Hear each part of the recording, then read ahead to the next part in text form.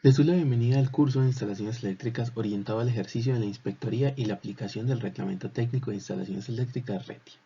Mi nombre es David Mateo González Gutiérrez, ingeniero electricista de la Universidad Nacional de Colombia, sede Manizales, y los voy a acompañar orientando este curso junto con diferentes profesionales bastante competentes en cada uno de los módulos que vamos a dictar a continuación. Dentro de este curso vamos a dar un recorrido al Reglamento Técnico de Instalaciones Eléctricas RETI. Este recorrido brindará unas bases teóricas orientadas tanto al ejercicio de la inspectoría como al ejercicio del diseño y la construcción de instalaciones eléctricas. Con lo cual entonces vamos a iniciar con nuestro módulo número 1, marco regulatorio.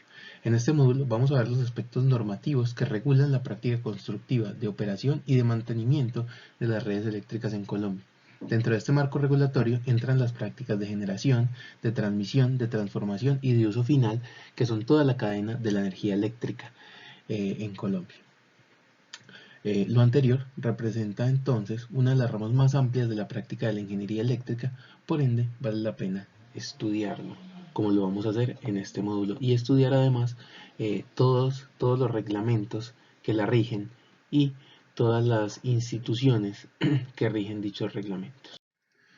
Con el fin de estudiar entonces cómo fueron los inicios de este marco regulatorio, nos vamos a situar en el ámbito internacional. Entonces, para estudiar todas estas raíces nos vamos a situar en el periodo que va entre 1939 hasta 1945, que es el periodo en el cual se desarrolló la Segunda Guerra Mundial. De esta guerra surgieron diversas problemáticas, pues muchísimas, dentro de las cuales, y una de las más importantes fueron las problemáticas económicas. Esto fue producto de frentes o de fuentes, como la gran devastación que provocó la guerra y el gran movimiento de recursos que los países volcaron hacia los presupuestos de defensa. Con esto entonces, el gobierno colombiano, teniendo en cuenta esta situación, crea un plan para la defensa y el fomento de las industrias existentes. Lo hace a través del decreto 968 del 18 de mayo de 1940. Este decreto reglamenta la creación del Ministerio de Minas y Petróleo, el cual, como les decía entonces, se crea con el fin de hacer un aprovechamiento de los recursos naturales y el desarrollo de otras fuentes de producción que hagan pues más próspero al país. Finalmente entonces, este ministerio se reestructura bajo los decretos 0464 de 1951 y 0481 de 1952 y finalmente el 636 de 1974, a través de los cuales se convierte en el Ministerio de Minas y Energía, del cual hablaremos ampliamente en las siguientes diapositivas, dado que va a ser la base de todo este marco regulatorio. Como les decía entonces, el Ministerio de Minas y Energía es la base de todo este marco regulatorio, por lo cual entonces nos vamos a tomar un tiempo para estudiar qué hace, un poco de su estructura y cuál es su visión. Entonces, comenzando, el Ministerio de Minas y Energía tiene como visión formular y adoptar políticas dirigidas al aprovechamiento sostenible de los recursos mineros y energéticos para contribuir al desarrollo económico y social del país. Al Ministerio de Minas y Energía entonces están adscritas las siguientes entidades: la Agencia Nacional de Hidrocarburos, la Agencia Nacional de Minería, la CREC, Comisión Nacional de Energía, Comisión de Regulación de Energía y Gas, que es una entidad que nos compete mucho, el IPSE, Instituto de Planeación y Promoción de Soluciones Energéticas para Zonas No Interconectadas, que también nos compete en el ejercicio de nuestra profesión, el Servicio Geológico Colombiano y la UPLE, Unidad de Planeación Minero-Energética, que también pues, nos afecta en el ejercicio de nuestra profesión. De acuerdo a la estructura organizacional del ministerio, tenemos el despacho del viceministro de Energía.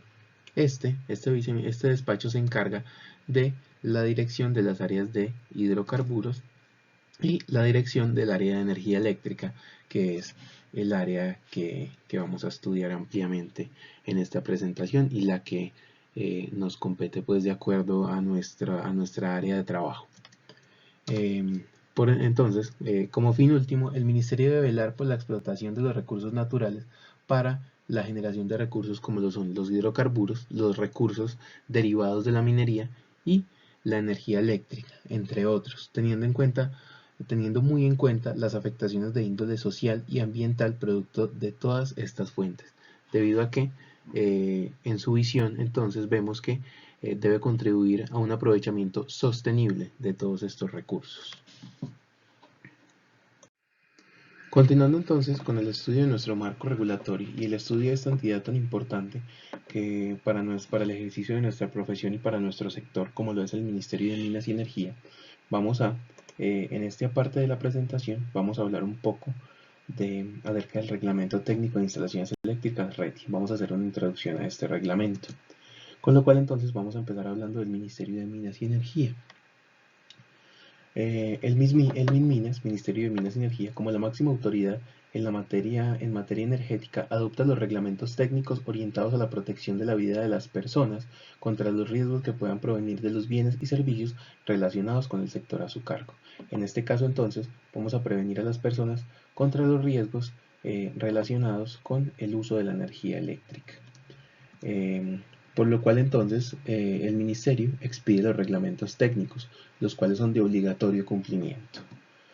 Dentro de los reglamentos técnicos entonces del Ministerio de Minas y Energía tenemos el RETIC, Reglamento Técnico de Etiquetado, el RETILAP, Reglamento Técnico de Iluminación y Alumbrado Público, el REDSIST, Reglamento Técnico de Sistemas de Instalaciones Térmicas, y el RETI, el Reglamento Técnico de Instalaciones Eléctricas, que es el reglamento técnico que vamos a estudiar ampliamente en este curso. Hablando un poco entonces de historia y haciendo pues una evaluación histórica a nuestro reglamento técnico de instalaciones eléctricas, comenzamos en el año 2004. En el año 2004 se expide el primer reglamento técnico de instalaciones eléctricas RETI. Sin embargo, este reglamento comienza a regir en nuestro país en el 2005 a través de las resoluciones que se muestran en pantalla, la 180498 de 2005 y la 181419 de 2005. Luego, en el 2017 entonces, se expide la segunda resolución de nuestro RETI a través de la resolución 180466 del 2007. Las resoluciones subsecuentes a esta entonces hacen anexos y modificaciones a diversos puntos del RETI y amplían su vigencia primero por 5 años y luego hasta que se expida un nuevo RETI, el cual entonces se expide en el año 2013 a través de la resolución 9078, y ese es el RETI que tenemos vigente en este momento. De la misma forma, entonces, las resoluciones que vienen después modifican o agregan ciertos apartes y amplían la permanencia de este reglamento técnico. Vamos a hacer énfasis entonces en este momento en la resolución 41291 de 2018, la cual amplía los certificados de competencia a inspectores RETI y directores técnicos de organismos de inspección expedidos a partir del 1 de julio de 2015. Esta resolución entonces,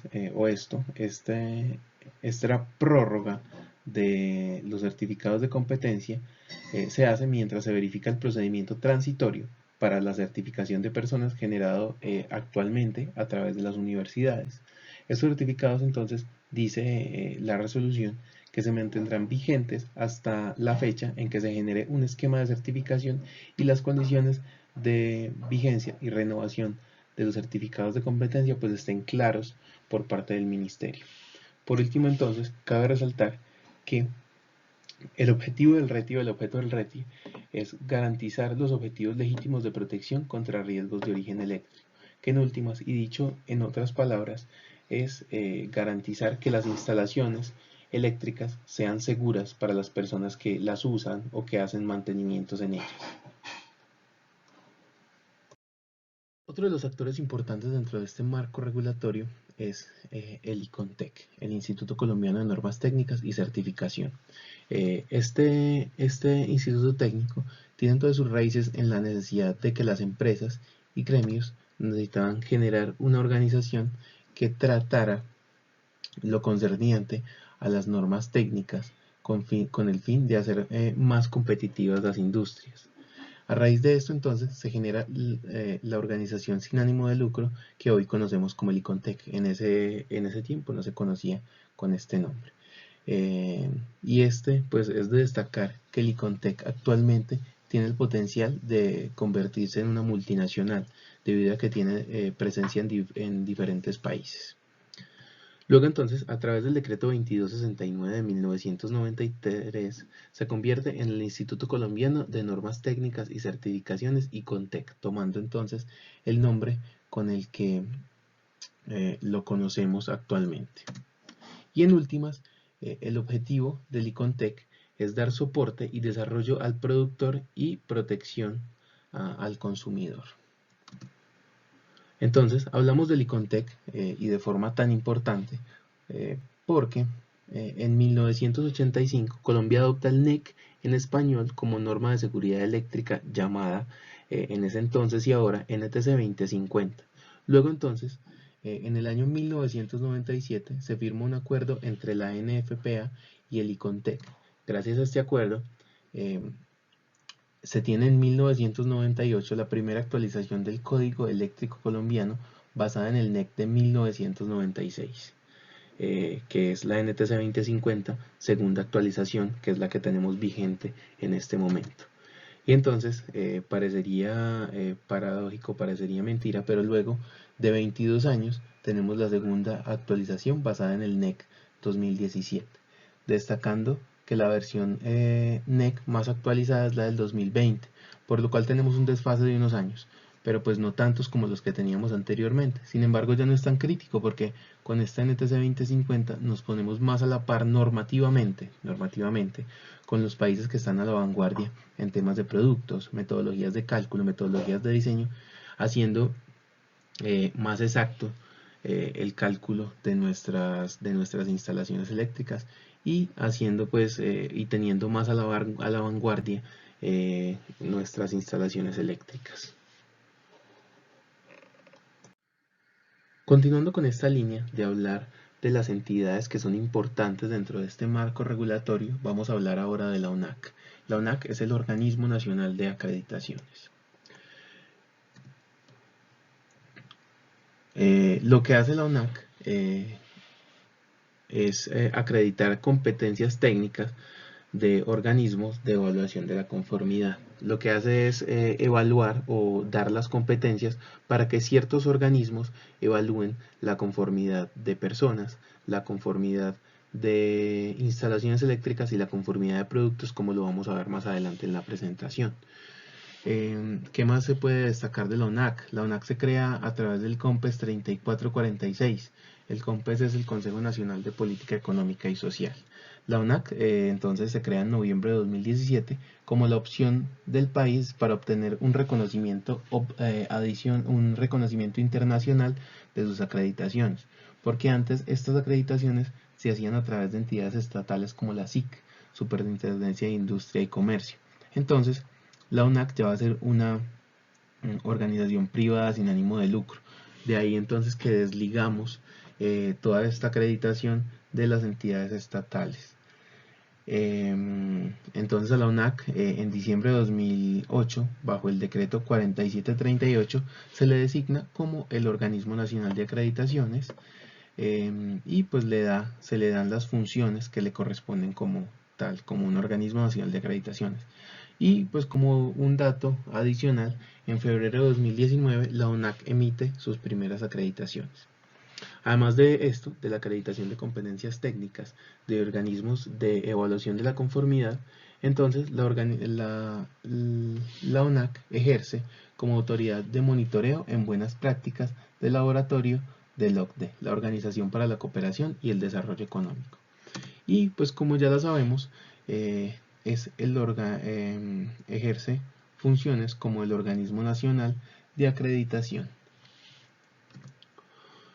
Volviendo entonces a la acreditación de competencias técnicas de organismos de evaluación de la conformidad, donde se hace importante resaltar los dos grandes grupos de acreditación. para las instalaciones eléctricas, ¿no? Por otro lado está la acreditación o la certificación de personas que en este momento, y como está el reglamento, se tiene a través de las universidades. Entonces tenemos, em, entonces tenemos estas dos grandes divisiones: el organismo A, que se va a dedicar entonces a la certificación de productos, y un organismo B que se va a dedicar a la certificación de instalaciones eléctricas. Y pues por otro lado tenemos la certificación de personas. Es de resaltar que decir organismo A y organismo B no se requiere, o no quiere decir que únicamente un organismo sea el que certifique productos y certifique personas. La certificación de productos y de instalaciones se hace a través de diferentes organismos que se han acreditado ya por la ONAC. Ya teniendo claro entonces el grupo de entidades importantes dentro de este marco regulatorio, vamos a ver el Subsistema Nacional de Calidad, el SICAL. El SICAL entonces es el Subsistema Nacional de Calidad que nos va a regular las dinámicas de todo este marco regulatorio. Entonces, eh, hablando más a fondo del Subsistema Nacional de Calidad, podemos decir que es un arreglo de instituciones que conforman la infraestructura de la calidad en Colombia. Esas instituciones lideran desde los ámbitos público y privado las actividades y políticas en materia de normalización, reglamentación técnica, acreditación, evaluación de conformidad, vigilancia y control. Dentro de este subsistema tenemos entidades como el ICONTEC, la ONAC y la SIC, la Superintendencia de Industria y Comercio. Estas dos primeras pues ya las vimos más a fondo en nuestra presentación, y como entidades importantes dentro de todo este marco regulatorio. Dentro del SICAL entonces vamos a tener una diferenciación de entidades, entre las cuales vamos a tener los reguladores, que son entidades encargadas de establecer los lineamientos de obligatorio cumplimiento de un producto, de un proceso, de un método de producción, entre otros. Esto pues se hace a través de un reglamento técnico y se hace para proteger la vida de los ciudadanos, la integridad física, la seguridad nacional, el medio ambiente, los derechos de los consumidores, pues entre otros aspectos. Cada entidad regula de acuerdo con su sector de competencia. Por esto entonces existen más de 43 reguladores. Los principales reguladores son los ministerios, como el Ministerio de Comercio, el Ministerio de Salud y Protección Social, el Ministerio de Agricultura, el Ministerio de Ambiente, el Ministerio de Minas y Energía, que es el ministerio que estamos estudiando actualmente, el Ministerio de Transporte, el Ministerio de Vivienda, el Ministerio de TIC, entre muchos otros. Además de estos, de los reguladores, tenemos otro actor dentro de este Subsistema Nacional de Calidad, que ya lo hemos visto un poco en diapositivas anteriores, que son los evaluadores de conformidad. Y estos evaluadores de conformidad son organismos que desarrollan actividades de evaluación para demostrar que se cumplen los requisitos especificados relativos a un producto, a un proceso, a un sistema, a una persona o un organismo. Estos pueden ser laboratorios de ensayo, laboratorios de calibración o empresas certificadoras. Vamos a ver que en nuestro ámbito eléctrico pues podemos tener certificadores de tipo laboratorios de ensayo, laboratorios de calibración o empresas certificadoras, como lo vimos anteriormente, porque yo debo tener entonces una certificación de mis productos, una certificación de mis instalaciones y una certificación de mis personas. Habiendo hablado entonces de la evaluación de la conformidad, uno de los puntos más importantes a tratar es la conformidad de personas, que dicho en palabras simples, es la evaluación que se le realiza a un profesional que puede ser o debe ser ingeniero electricista, ingeniero eléctrico, que es el título que da la Universidad de los Andes, ingeniero de distribución y redes, o ingeniero electromecánico antes de darle la potestad de ser inspector RETI. No vamos a hablar mucho más del inspector y del rol de este, debido a que más adelante en el curso veremos a profundidad su rol y las características de la función que cumple como un particular haciendo revisiones a nombre del Estado. Esta conformidad o evaluación de las personas debe ser realizada por un organismo de certificación, el cual debe ser acreditado por la ONAC y rige sus políticas y procedimientos bajo estándares de la ISO NTC 17024. Esta norma establece los requisitos para un organismo que certifica personas frente a requisitos específicos, incluido el desarrollo y el mantenimiento de un esquema de certificación para el personal, que en este caso pues serían inspectores eléctricos. Luego entonces, El esquema para evaluar estas competencias RETI, las competencias de las personas, viene dado por la ISO 17023. Y pues entonces, como les decía, esta evaluación de competencias se realiza a personas que aspiren a ser inspectores RETI y directores técnicos de organismos de inspección. Hablando un poco de este esquema, inspector RETI y director técnico o inspector RETI y organismo de inspección. Un inspector RETI no puede dar un dictamen por sí solo, este debe estar adscrito a algún organismo certificado, el cual debe tener todo un esquema organizacional que veremos un par de módulos más adelante en el curso y veremos un poco más adelante en esta presentación. La serie de normas que intervienen en este proceso de certificación de personas son las que se encuentran dentro del grupo de normas de la ISO IS 17000.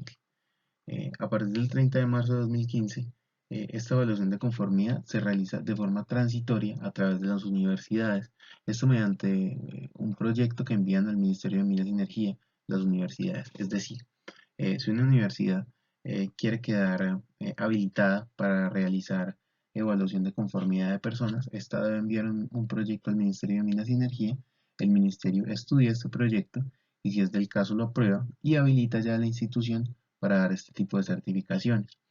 Es importante y cabe resaltar que las universidades habilitadas para este proceso deben tener dentro de sus planes de estudio alguno afín al ejercicio de la inspectoría, como los que mencionábamos anteriormente y los que vamos a ver un poco más adelante. La conformidad de personas se da a través de una evaluación de conocimientos que consta de una prueba escrita para demostrar conocimientos en la NTC 2050 y el RETI pues en general, y una evaluación de competencias en campo, en las cuales la persona garantiza que tiene conocimientos en prácticas básicas de inspección y en un tema muy importante a la hora de realizar una inspección, que es la seguridad eléctrica. Bueno, es de resaltar que el hecho de que una persona tenga competencias como inspector RETI no quiere decir que pueda inspeccionar todo tipo de obra. Las competencias se dan según el uso o el área evaluada.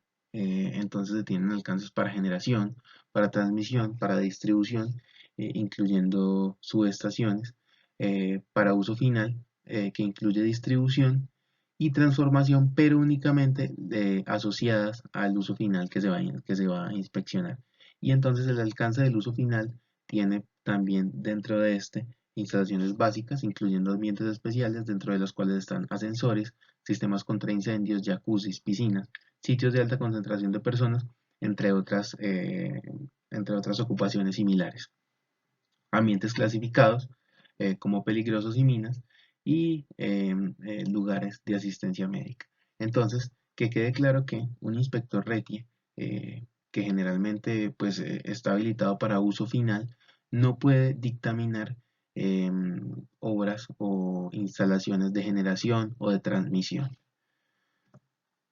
Por último, entonces, las personas o las profesiones afines a la certificación RETI son los ingenieros eléctricos, los ingenieros electricistas, los ingenieros de distribución y redes eléctricas y los ingenieros electromecánicos. Habiendo hablado y teniendo clara el concepto de la conformidad de personas, vamos a pasar a hablar de la conformidad del producto, de la conformidad de los productos. ¿Qué es la conformidad de los productos? Es básicamente el certificado de conformidad que se le da a un producto antes de ser instalado en una instalación o en una obra eléctrica. Esta certificación nos dice que este producto puede estar instalado en dicha obra, en dicha instalación. Hablando entonces de la certificación de producto, esta debe ser demostrada por medio de un certificado de producto expedido por un organismo de certificación de productos acreditado por la ONAC. En pantalla vemos entonces dos documentos. El del lado izquierdo es una presentación del producto ante el Ministerio de Minas, en el que la persona que importa o que fabrica el producto le describe al Ministerio de Minas o le escribe al Ministerio de Minas indicando los parámetros de construcción del producto y, de ser el caso, los certificados internacionales que avalan que el producto puede ser utilizado en instalaciones eléctricas de forma segura y confiable. Sin embargo, este documento no se debe aceptar como certificado de producto, dado que simplemente es un paso legal para alcanzar o para que el producto en cuestión alcance la certificación. Por otro lado, entonces, al lado derecho se tiene un certificado de producto expedido por un organismo de acreditación acreditado por la ONAC. El certificado debe relacionar los nombres o los códigos de las referencias o algo que caracterice cada uno de los equipos que fueron certificados, y únicamente dichos equipos que se encuentran allí relacionados serán cobijados por el certificado de producto. Es decir, si una marca X tiene un certificado de producto para varios equipos, no significa que todos los equipos de esta marca ya puedan ser instalados en las instalaciones eléctricas colombianas. De la misma forma, entonces, este certificado debe tener un número o un código que me permita verificar en la página de Cicerco el estado del mismo. ¿Por qué? Porque este certificado puede estar expirado, retirado, sin seguimiento, o pues entre varias o entre otras categorías. Sin embargo, lo que nos interesa es que este certificado se encuentre vigente al momento de que la obra haya iniciado, es decir, cuando se firmó el acta de inicio de la obra. Ya el proceso para obtener la certificación de un producto tiene diversas aristas y requerimientos a tener en cuenta, pues que no los vamos a ver en este curso por cuestiones de tiempo. Se resalta además que en el artículo 20 del RETIE se detallan todos los requisitos de los productos. Entonces, habiendo visto todo este marco regulatorio y habiendo visto las entidades que tienen peso sobre el mismo, habiendo visto todo el tema de la certificación de las personas y la certificación de los productos, vamos a ver cómo se aplica todo este marco regulatorio a nuestras instalaciones eléctricas. Entonces, la base y el centro de todo nuestro marco regulatorio es el Reglamento Técnico de Instalaciones Eléctricas RETI. El RETI reglamenta la aplicación de ciertas normas, principalmente la NTC 2050, primera actualización. Aunque la segunda actualización ya se ha expedido por el ICONTEC, esta no será de obligatorio cumplimiento hasta que el RETIE no la reglamente como tal. Entonces, estos elementos representan la normativa para realizar nuestros diseños eléctricos, los cuales deberán ser realizados por un profesional competente que pueda firmar la declaración de cumplimiento de la instalación, un documento que veremos más adelante en los módulos del curso cuando hablemos de forma puntual de cómo se hace la instalación y del rol del inspector. Por otro lado, entonces, la ONAC tiene la función de habilitar los organismos certificadores de productos, los organismos certificadores de instalaciones y los organismos certificadores de personas. Entonces, la instalación eléctrica diseñada, valga la redundancia, por el diseñador y construida por el constructor, valga la redundancia de nuevo, que en muchos casos van a ser la misma persona, este diseñador y este constructor, debe utilizar productos certificados por un organismo certificador de producto. Luego, el inspector revisa estas instalaciones de acuerdo con los requerimientos del RETIE y todas las normas que este reglamento técnico nos indique. Es de destacar entonces que el inspector no dictamina solo en ninguno de los casos. El dictamen debe ir de la mano de un organismo para inspeccionar instalaciones que a su vez tiene un comité técnico que participa en la revisión de la inspección. Entonces, de toda esta interacción entre el comité técnico del organismo de inspección y el inspector, se expide el dictamen de inspección y verificación de cumplimiento RETI. Este dictamen nos va a decir que las instalaciones cumplen con el RETI y por ende que son seguras para quienes van a hacer uso de estas. Por último, es de destacar que este dictamen es requerido por el operador de red antes de realizar la conexión de la instalación. Con esto entonces, habiendo visto toda esta interacción, terminamos nuestro recorrido por el marco regulatorio. Para finalizar con el módulo correspondiente al marco regulatorio, es importante que como medio de autoevaluación verifiquemos las siguientes preguntas y seamos capaces de responderlas, dado que si somos capaces de responderlas, se ha cumplido el objetivo de este módulo. Entonces las preguntas son: ¿qué entidad es la que se encarga de expedir el RETIE? ¿En qué versión del NEC se basa la segunda actualización de la NTC 2050? ¿Cuál es la versión del RETIE y la NTC 2050 que se aplica en las instalaciones eléctricas en la actualidad? ¿Puede un inspector con alcance de uso final dictaminar obras de generación. ¿Puede un inspector generar un dictamen de inspección por sí solo, sin la interacción de ninguna otra entidad o persona? Eh, Muchas gracias por haber seguido este módulo y los invitamos a continuar con los siguientes módulos.